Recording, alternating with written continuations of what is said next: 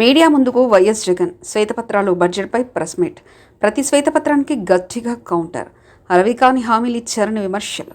పవన్ ఊసెత్తకుండానే సుదీర్ఘంగా పవన్ విషయంలో వైఖరి మారిందా?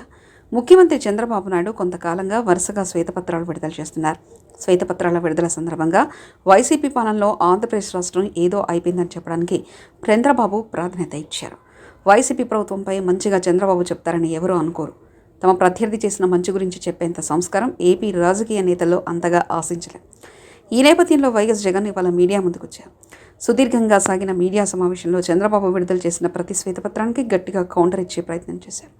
ఎన్నికల మేనిఫెస్టోను అమలు చేసే ఉద్దేశం లేకపోవడంలోనే బడ్జెట్ ప్రవేశపెట్టలేని దుస్థితిలో చంద్రబాబు ఉన్నారని జగన్ మండిపడ్డారు. ఇదే 2019లో తాము అధికారంలోకి వచ్చే సమయానికి కేవలం 100 కోట్లు మాత్రమే రాష్ట్ర ఖజానాలో ఉందన్న విషయాన్ని ఆయన గుర్తు చేశారు. కాను తాము బడ్జెట్ పెట్టకుండా హామీలు అమలు చేయకుండా తప్పించుకునే ప్రయత్నం చేయలేదని జగన్ చెప్పుకొచ్చారు. చంద్రబాబు ప్రమాణ స్వీకారం చేసిన 2 రోజుల ముందు నాటికి రాష్ట్ర ఖజానాలో సుమారు 7,000 కోట్లకు పైగా ఉందని జగన్ అన్నారు. ఎన్నికల ప్రచారంలో అల్వికాని హామీలు ఇచ్చి ఇప్పుడు వాటిని అమలు చేయకుండా చంద్రబాబు మోసం చేస్తున్నారని విరుచుకుపడ్డారు. ఇప్పుడు రాష్ట్ర వ్యాప్తంగా ఇదే జగన్ అధికారంలో ఉంటే అమ్మ ఒడి, రైతు భరోసాతో పాటు ప్రతి సంక్షేమ పథకం లబ్ధి కలిగి ఉండేదని చర్చ జరుగుతుంది. ఎలాగైనా అధికారంలో రావాలన్న ఉద్దేశంతో అల్వికాని హామీలు ఇచ్చి ఇప్పుడు వాటిని అమలు చేయడం లేదని జగన్ విమర్శించారు. తల్లికి వందనం అని పేరు పెట్టి ఇప్పుడు వారికి శిటగోపం పెట్టారని జగన్ మండిపడ్డారు. తల్లికి వందనం కోసం 43 లక్షల మంది తల్లులు, 82 లక్షల మంది పిల్లలు ఎదురు చూస్తున్నారని, ఎన్నికల సందర్భంగా చంద్రబాబు విస్తృతంగా ప్రచారం చేసిన సూపర్ 6 అమలు ఏమైందని జగన్ నిలదీశారు. 18 ఏళ్లు నిండిన అక్కా చెల్లెమ్మలకు నెలకు 1,500 ఏమైందని ప్రశ్నించారు. వీటితో పాటు తన హయాంలో 14 లక్షల కోట్లు అప్పులు అయినట్లు చంద్రబాబు ప్రచారం చేశారన్నారు.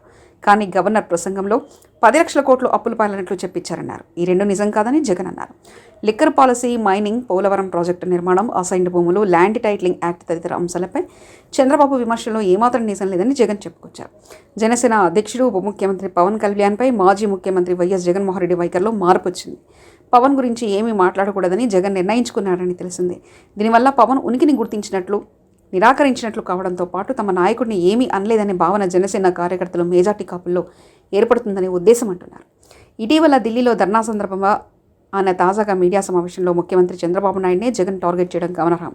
కూటమిలోని టీడీపీని మినహాయిస్తే జనసేన, బీజేపీ ఊసే ఎత్తకపోవడం వెనుక జగన్ బలమైన వ్యూహం ఉందని తెలుస్తుంది. ఎన్నికల్లో ఓటమికి దారితీసిన పరిస్థితులపై జగన్ సమగ్రంగా అధ్యయనం చేశారనేందుకు పవన్పై జగన్ వైఖరిలో మార్పే నిదర్శనమని వైసీపీ నేతలు అంటున్నారు. గత ఎన్నికల ముందు చంద్రబాబు కంటే పవనే వైసీపీ నేతలు ఎక్కువ టార్గెట్ చేశారు. ముఖ్యమంత్రి హోదాలో జగన్ కూడా పదే పవన్ కళ్యాణ్ను దత్తపుత్రుడని దెప్పిపొడిచేవారు. అంతటితో పవన్కు జగన్ విడిచిపెట్టలేదు. పవన్ బహుభారిత్వం గురించి తీవ్రస్థాయిలో జగన్ విమర్శించారు. పవన్ వ్యక్తిగత జీవితాన్ని టార్గెట్ చేస్తుండటంతో ఆయన సామాజిక వర్గాన్ని హర్ట్ చేశామనే వాస్తవాన్ని ఎన్నికల ఫలితాల ద్వారా జగన్కు తెలిసొచ్చింది. ఈ నేపథ్యంలో పవన్ గురించి పట్టించుకోకపోవడమే ఉత్తమని జగన్ గ్రహించినట్టున్నారు. దీనివల్ల రాజకీయంగా 2 ప్రయోజనాలున్నాయని జగన్ భావన. ప్రభుత్వంలో పవన్ భాగస్వామి అయినప్పటికీ ఆయన్ను పట్టించుకోకపోవడం వల్లనే ఆయన సామాజిక వర్గాన్ని తటస్థులుగా మార్చడం, మరోవైపు టీడీపీని ఏకాకి చేయడమే లక్ష్యంగా జగన్ పందా సాగుతుంది. రానున్న రోజుల్లో పవన్ విషయంలో తన వైఖరి సత్ఫలితాలతో ఇస్తుందని జగన్ నమ్ముతున్నారు. అందుకే అసెంబ్లీ సమావేశాల్లో పవన్ తనను విమర్శించినా జగన్ మాత్రం సంయమనం పాటిస్తున్నారు. ఏదో ఒక రోజు చంద్రబాబు వైఖరిపై పవనే విసుగెత్తి గలం విప్పుతారని వైసీపీ విశ్వసిస్తుంది.